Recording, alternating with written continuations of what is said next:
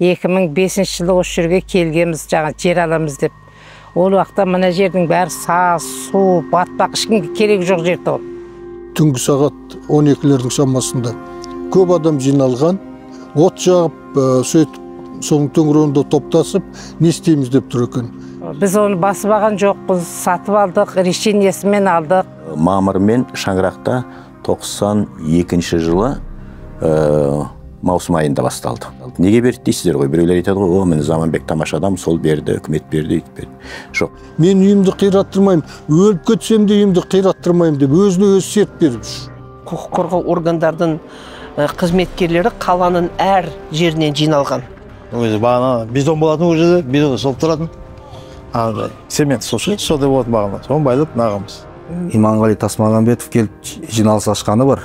Шаңырақ шайқалмайды, Айгерім әбіржімейді. Жағдайларыңыз жақсы болады, жолдарыңыздың бәрі жасалады. Қолында баклажкасы бар, асфальттың үстінде жүретін қатын көрсең, сол қатынмен.